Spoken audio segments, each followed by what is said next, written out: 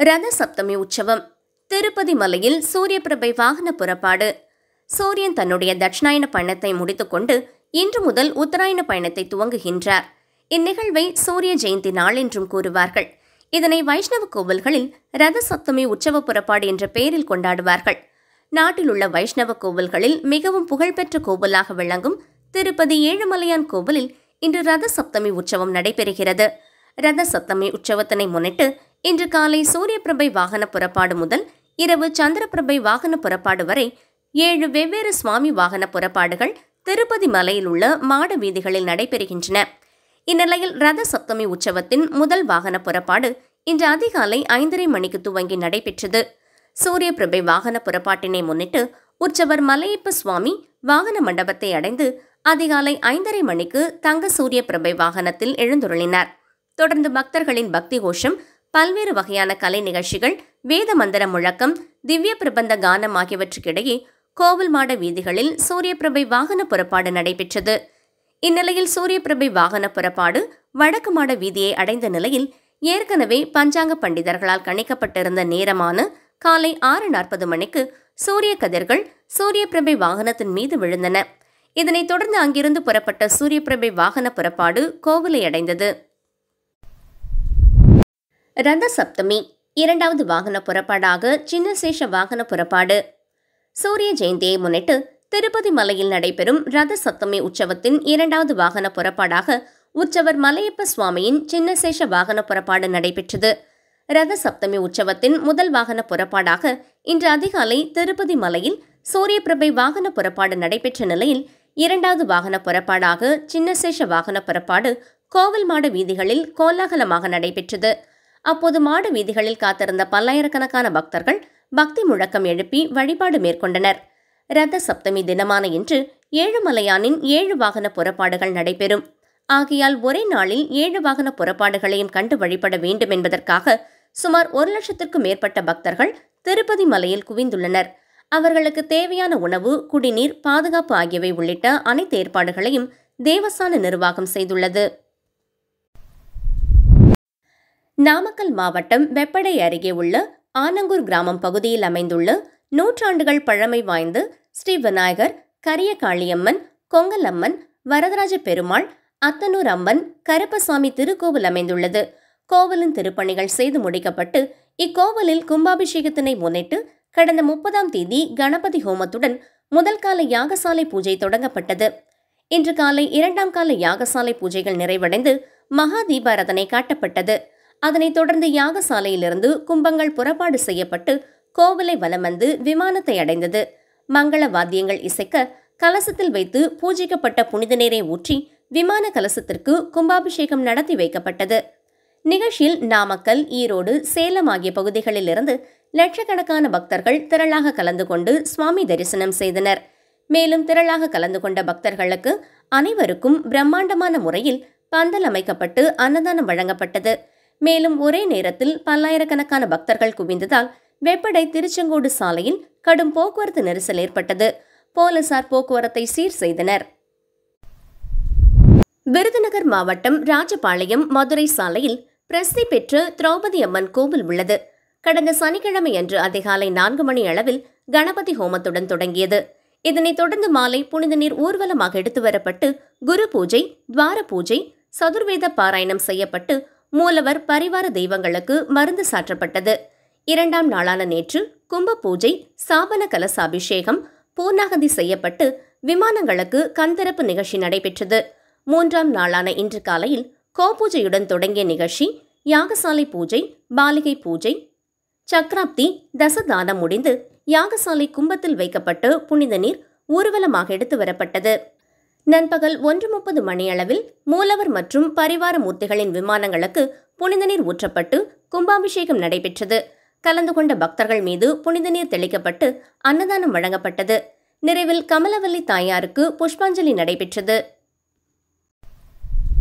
கடலூர் மாவட்டம் விருதாச்சலம் சத்தியவாடி கிராமத்தில் 1000 வருடங்கள் பழமை வாய்ந்த ஸ்ரீ ருக்மணி சத்யபாமா சமேத அருள்மிகு ராஜகோபால சுவாமி கோவிலில் 42 வருடங்களுக்கு பின்பு இன்று குடமுழுக்கு நன்னீராட்டு விழா நடைபெறுவதை முன்னிட்டு கடந்த 1ஆம் தேதி யாகசாலை பூஜைகள் துவங்கி பல்வேறு யாக பூஜைகள் நடைபெற்று இன்று பூர்ணாகதி, கிரகப்பிரதி, யாத்ரா தானம் செய்து புனித நீர் ஊற்றப்பட்டு கும்ப கலசங்களை ஆழ்வார்கள் தலையில் சுமந்து மேளதாளங்கள் முழங்க கோவிலை வலம் வந்து விமானங்களுக்கு குடமுழுக்கு நன்னீராட்டு நடைபெற்று மகா தீபாராதனை காண்பிக்கப்பட்டது.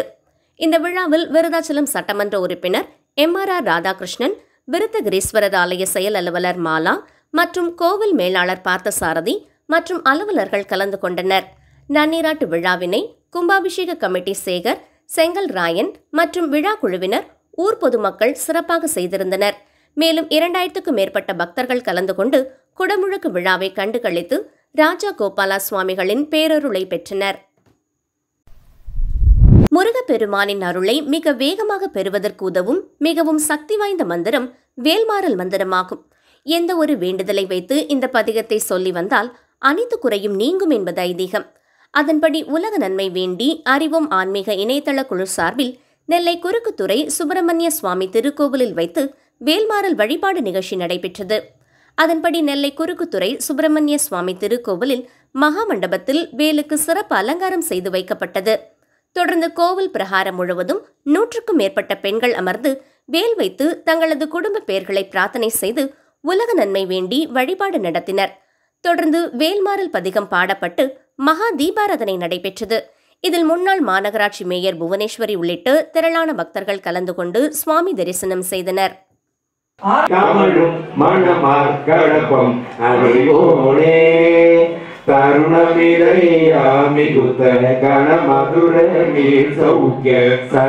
நடக்கும்போது நம்ம யோசிக்க மாட்டோம். ஆனா அதெல்லாம் நமக்கு ஒரு நினைவுனா சேரும் அப்படின்னு நம்ம மறந்துடுறோம். அதனால இனிமே கோபம் கலைக்கத்தான் அதை புரிஞ்சுக்கணும். இந்த துன்பம் இப்ப எனக்கு வந்திருக்கா மைண்ட் ஈடு இடிச்சு வாங்கிடணும். துன்பம் வந்தோம்னா அந்த மாதிரி நினைக்கக்கூடாது. துன்பம் வந்து பாத்தீங்கன்னா துன்பத்தை அனுபவிக்க பழகிக்கிறோம். பழகிறதுனால நம்ம பண்படுறோம். புரிஞ்சுங்களா? நம்ம பண்பாடு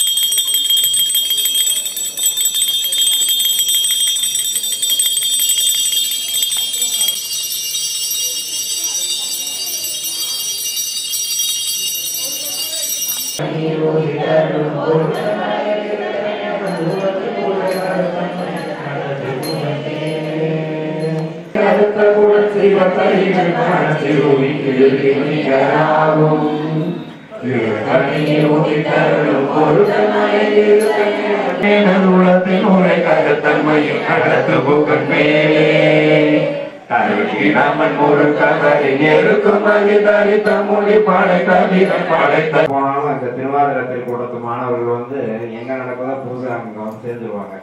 இதெல்லாம் எனக்கு ரொம்ப சந்தோஷமா இருக்கு. சந்தோஷம்.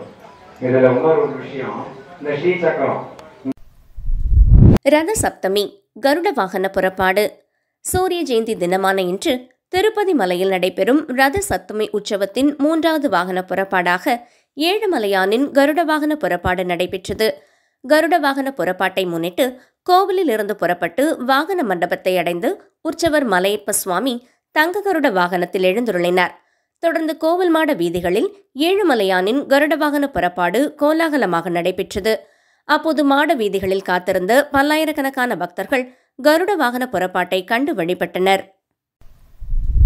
செங்கல்பட்டு மாவட்டம் செய்யூர் வட்டம் நம்பர் 101 நத்தம் பரமேஸ்வர மங்கலம் கிராமம் அருள்மிகு ஸ்ரீ சௌந்தரநாயகி உடனுரை ஸ்ரீ செண்பகேஸ்வர சுவாமி ஆலய ஜீருண தாரண அஷ்டபந்தன மகா கும்பாபிஷேக விழாவினை முன்னிட்டு திருக்கல்யாணம் வெகு சிறப்பாக நடைபெற்றது. முன்னதாக வண்ண மலர்கள் கொண்டு அலங்கரிக்கப்பட்ட ஸ்ரீ செண்பகேஸ்வர சுவாமி மற்றும் ஸ்ரீ சௌந்தரநாயகி மணமக்களாக பக்தர்களுக்கு காட்சியளித்தனர். தொடர்ந்து விநாயகர் பூஜையுடன் ஆரம்பிக்கப்பட்டு கலச பூஜை, விசேஷ திரவிய ஹோமம், தெய்வங்களுக்கு பாத பூஜை மற்றும் சிறப்பு பூஜைகள் நடைபெற்றன. தொடர்ந்து ஸ்ரீ சௌந்தரநாயகி அம்பாளுக்கு மங்களநாள் அணிவிக்கும் நிகழ்வு வெகு சிறப்பாக நடைபெற்றது. தொடர்ந்து சைவ திருமண முறைப்படி பல்வேறு விசேஷ சடங்குகள் செய்யப்பட்டு பஞ்சமுக தீபாராதனை, கற்பூர ஆரத்தி காண்பிக்கப்பட்டது. நிகழ்ச்சிக்கான ஏற்பாட்டினை சர்வசாதகம் விஜயகுமார சுவாமி குருக்கள், நத்தம் கிராம பொதுமக்கள் மற்றும் உபயதாரர்கள் வெகு சிறப்பாக செய்திருந்தனர். ஜோதிட நம்பிக்கையின் அடிப்படையில் சூரியன் தனது தெற்கு நோக்கிய பயணத்தை முடித்துக்கொண்டு மீண்டும் வடதிசை நோக்கி பயணிக்கும் உத்தராயண காலத்தின் தொடக்க மாதமான தை மாத சப்தமி தினம் ரத சப்தமி விழா என கொண்டாடப்பட்டு வருகிறது. இந்நாளில் வைணவ திருத்தலங்களில் சிறிய பிரம்மோற்சவம் போல விழா நடைபெறும். அதாவது பெருமாள் ஒரே நாளில் பல்வேறு வாகனத்தில் வலம் வந்து பக்தர்களுக்கு காட்சியளிப்பார். இத்தகைய ஒரு நிகழ்வாக நெல்லை மாவட்டம் பாளையங்கோட்டை ஸ்ரீ அழகிய மன்னார் ராஜகோபால சுவாமி திருக்கோவிலில் ஆண்டுதோறும் வெகு விமர்சையாக நடைபெற்று வருகின்றது. அதன்படி இந்த ஆண்டுக்கான ரத சப்தமி திருவிழா இன்று காலை ஆரம்பமாயிற்று. அதிகாலை கோவில் நடை திறக்கப்பட்டு விஸ்வரூப தரிசனம், காலை சந்தி பூஜைகள் நடைபெற்றது. அதனைத் தொடர்ந்து ஸ்ரீ ராஜகோபாலர் முதலில் சூரியபிரபை வாகனத்தில் எழுந்தருளி பக்தர்களுக்கு காட்சி கொடுத்தார். கற்பூர அரத்தி காண்பிக்கப்பட்டதும் மாடவீதி புறப்பாடு நடைபெற்றது. இரண்டாவது வாகன சேவையாக ஸ்ரீ ராஜகோபாலர் மற்றும் ஸ்ரீ அழகிய மன்னார் ஆகியோருக்கு கருட சேவை நடைபெற்றது. இதற்காக 2 கருட வாகனத்தில் சிறப்பு அலங்காரத்தில் சுவாமி ராஜகோபாலர் மற்றும் அழகிய மன்னார் எழுந்துள்ள குடைவாயில் தீபாராதனையுடன் 2 பெருமாளின் வீதி உலா நடைபெற்றது. திருவிதி உலாவில் பக்தர்கள் கோலாட்டம் அடித்தும் பஜனைகள் பாடியபடி சென்றனர். அதனைத் தொடர்ந்து ஆதிசேஷன் வாகனமும், மதியம் திருமஞ்சனமும், மாலையில் இந்திர விமானம், அனுமந்த வாகனம், அன்ன வாகனம், இரவில் சந்திரபிரபை வாகன புறப்பாடு நடைபெற்றது. காலை முதல் நாள் முழுவதும் பெருமாள் வீதி புறப்பாடு தொடர்ந்து நடைபெற்று வந்ததால் கோவிலில் பக்தர்கள் கூட்டம் அதிகமாக இருந்தது.